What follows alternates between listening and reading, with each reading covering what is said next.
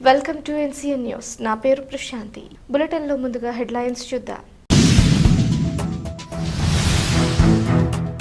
విధ్వంసం నుంచి అభివృద్ధి వైపు కూటమి, తణుకు ఎమ్మెల్యే ఆర్మిల్లి రాధాకృష్ణ. గత 5 ఏళ్ల విధ్వంస పాలన నుంచి అభివృద్ధి వైపు కూటమి ప్రభుత్వం దూసుకుపోతోందని తణుకు ఎమ్మెల్యే ఆర్మిల్లి రాధాకృష్ణ అన్నారు. 2 ఏళ్ల నమ్మకం, అభివృద్ధి, సంక్షేమం పేరుతో తణుకులో నిర్వహించిన భారీ బహిరంగ సభలో ఎమ్మెల్యే రాధాకృష్ణ పాల్గొని మాట్లాడారు. అభివృద్ధి, సంక్షేమంలో రాష్ట్ర ప్రజలందరినీ భాగస్వామ్యం చేసే విధంగా రాష్ట్ర వ్యాప్తంగా విజయోత్సవ సభ నిర్వహించుకోవడం అభినందనీయమని అన్నారు. రాష్ట్రంలో పైనుంచి కింది స్థాయి వరకు 2 ఏళ్ల కాలంలో చేసిన అభివృద్ధి, సంక్షేమ ఫలాలను తెలియజేసే విధంగా, ప్రతి గడప తొక్కే విధంగా ఈ కార్యక్రమాల ద్వారా నాంది పలకడం జరుగుతుందని అన్నారు. రాజకీయ సమావేశం కాకుండా అభివృద్ధి, సంక్షేమం అందించిన విధానాన్ని ప్రజలకు తెలియజేసేందుకు ఏర్పాట్లు చేసినట్లు తెలిపారు. దేశ ప్రధాని నరేంద్ర మోడీకి తణుకు నియోజకవర్గ ప్రజల సాక్షిగా శుభాకాంక్షలు తెలియజేశారు. 12 ఏళ్ల పాటు ప్రధానమంత్రిగా అందించిన సేవలతో పాటు ఎన్నో సంస్కరణలు తీసుకువచ్చారని గుర్తు చేశారు. ప్రపంచ దేశాలు భారతదేశం వైపు చూసే విధంగా ప్రధానమంత్రి నరేంద్ర మోడీ నాయకత్వం ప్రపంచానికి తెలియజేసే విధంగా వారి నాయకత్వ పటిమను తెలిపారని అన్నారు. చంద్రబాబు నాయుడు ముఖ్యమంత్రిగా, ప్రతిపక్ష నాయకుడిగా అధికారంలో ఉన్నా లేకపోయినా ప్రజలకు ఏ సమస్య వచ్చినా ముందున్నారని అన్నారు. రాష్ట్ర ప్రగతి కోసం, భవిష్యత్తు కోసం ఆయన ఎన్నో సంస్కరణలు తీసుకువచ్చారని గుర్తు చేశారు. తణుకు నియోజకవర్గంలో అభివృద్ధి, సంక్షేమానికి దాదాపు 2,000 కోట్ల రూపాయలు పైగా ఖర్చు చేశామని అన్నారు. భవిష్యత్తులో ఎవరు చూడని విధంగా తణుకు నియోజకవర్గాన్ని అభివృద్ధి చేసి చూపుతామని ఎమ్మెల్యే ఆర్మిల్లి రాధాకృష్ణ ప్రకటించారు. ఈ కార్యక్రమంలో మాజీ ఎమ్మెల్యే ముళ్లపూడి వెంకటకృష్ణారావు, తణుకు, అత్తిలి ఏఎంసీ చైర్మన్లు కొండేటి శివ, దాసం ప్రసాద్, మున్సిపల్ మాజీ chairman doctor Dommeti Venkata Sudhakar, BJP జిల్లా అధ్యక్షురాలు అయినంపూడి శ్రీదేవి, బీజేపీ రాష్ట్ర అధికార ప్రతినిధి ముళ్లపూడి రేణుక, గ్రంథాలయ రాష్ట్ర board director Katnam Vishali, TDP పట్టణ మహిళా అధ్యక్షురాలు ఆయేషా ఖాన్, కూటమి నాయకులు, కార్యకర్తలు పెద్ద సంఖ్యలో పాల్గొన్నారు. 2 ఏళ్ల నమ్మకం, అభివృద్ధి, సంక్షేమం. మరొక పక్క ప్రధానమంత్రి నరేంద్ర మోడీ గారి 12 సంవత్సరాల ప్రస్థానం.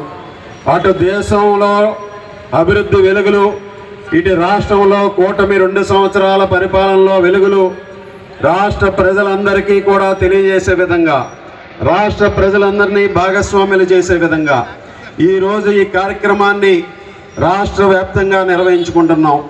మొన్న చూసాం, తిరుపతిలో ఈ సభ నిర్వహించారు.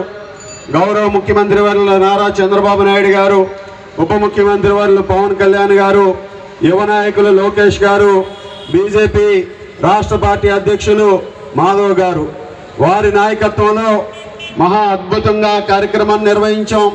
ఈరోజు మరలా జిల్లా వ్యాప్తంగా నిర్వహిస్తున్నాం, నియోజకవర్గ స్థాయిలో నిర్వహిస్తున్నాం. ఈ విధంగా రాష్ట్రంలో పైనుంచి క్షేత్రస్థాయి వరకు ఈ ప్రభుత్వం 2 సంవత్సరాల్లో చేసినటువంటి అభివృద్ధి, సంక్షేమ కార్యక్రమాల ఫలాలని తెలియజేసే విధంగా, ప్రతి ఇంటి గడప దొక్కే విధంగా ఈ కార్యక్రమం ద్వారా నాంది పలకడం జరుగుతుంది.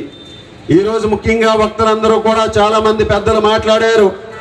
ఈరోజు మనం ఇక్కడ ఏదో ఒక రాజకీయ సమావేశంగా కాకుండా మన ప్రభుత్వం చేసినటువంటి వివిధ వర్గాలకు అందించినటువంటి సంక్షేమాన్ని ఏ విధంగా అభివృద్ధి చేశామో, ఈ దేశంలో మోడీ గారి నాయకత్వంలో ఏ విధంగా వెళ్తున్నామో, చంద్రబాబు నాయుడు గారు, పవన్ కళ్యాణ్ గారు, లోకేష్ గారు సారథ్యంలో ఈ రాష్ట్రంలో ఏ విధంగా ప్రగతి పదంలో నడుపుతున్నామో తెలియజేసే విధంగా అనేక మంది వక్తలను మాట్లాడారు.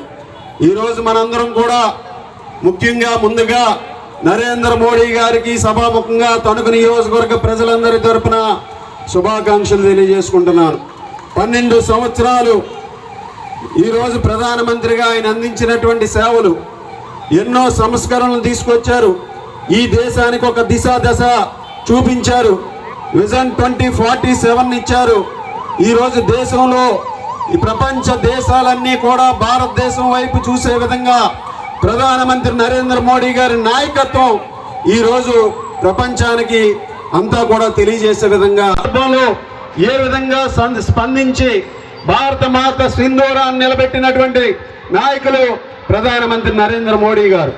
ఈరోజు దేశంలో అనేక రాష్ట్రాల్లో బీజేపీ కూటమి పార్టీల నాయకత్వంలో అభివృద్ధిని పరుగులు పెట్టిస్తున్నారు, సంక్షేమాన్ని పరుగులు పెట్టిస్తున్నారు. అదేవిధంగా ఈరోజు భారత ప్రధానమంత్రుల్లో అత్యధికంగా ఈరోజు విదేశీ యాత్రలు చేసి 100 విదేశీ యాత్రలు చేసినటువంటి ఏకైక నాయకుడు. ఈరోజు ప్రపంచ దేశంలో ఉన్నటువంటి నాయకులందరూ కూడా మోడీ గారి నాయకత్వాన్ని బలపరిచే విధంగా ఆయా దేశాల్లో పర్యటించి భారతదేశం యొక్క బలాన్ని తెలియజేశారు. భారతదేశం యొక్క గొప్పతనాన్ని, భారతదేశం యొక్క యువశక్తిని, ఈరోజు మనకున్నటువంటి బలాన్ని ఈరోజు తెలియజేసినటువంటి వ్యక్తి మోడీ గారు. అనేక సార్లు ముఖ్యమంత్రిగా, అనేక సార్లు ప్రతిపక్ష నాయకుడిగా, అధికారంలో ఉన్నా లేకపోయినా ప్రజల పక్షాన నిలబడి ఏ సమస్య ఉన్నా నేనున్నానని ముందుండేటటువంటి నాయకుడు చంద్రబాబు నాయుడు గారు. ఎన్నో ఆటుపోట్లకు చూశారు, ఎన్నో ఎత్తుపల్లాలు చూశారు. ఆయన ఓటమి చెందినా గెలుపొందినా ఆయన ఆలోచనలన్నీ కూడా ఈ రాష్ట్ర ప్రజల కోసం, ఈ రాష్ట్ర ప్రగతి కోసం, భవిష్యత్ తరాల కోసం. మనందరం కూడా చూసాం. ఉమ్మడి ఆంధ్రప్రదేశ్లో ముఖ్యమంత్రిగా పనిచేశారు. ఉమ్మడి ఆంధ్రప్రదేశ్లో హైదరాబాద్ నగరాన్ని, సైబరాబాద్ నగరాన్ని ఏ విధంగా నిర్మించారు. హైటెక్ సిటీతో 200 మంది ఉద్యోగులతో ప్రారంభమైనటువంటి ఐటీ ప్రస్థానం, వేల మంది, లక్షల మంది ఉద్యోగస్తులు ఐటీ హైదరాబాద్ కేంద్రంగా పనిచేస్తున్నటువంటి విషయం. అదేవిధంగా ఈరోజు ఆంధ్రప్రదేశ్ రాష్ట్ర విభజిత ఆంధ్రప్రదేశ్లో 2014లో ఎటువంటి రెవెన్యూ లేనటువంటి రాష్ట్రానికి ముఖ్యమంత్రిగా ఆ రోజు ఆంధ్రప్రదేశ్లో అభివృద్ధిని పరుగులు పెట్టించారు.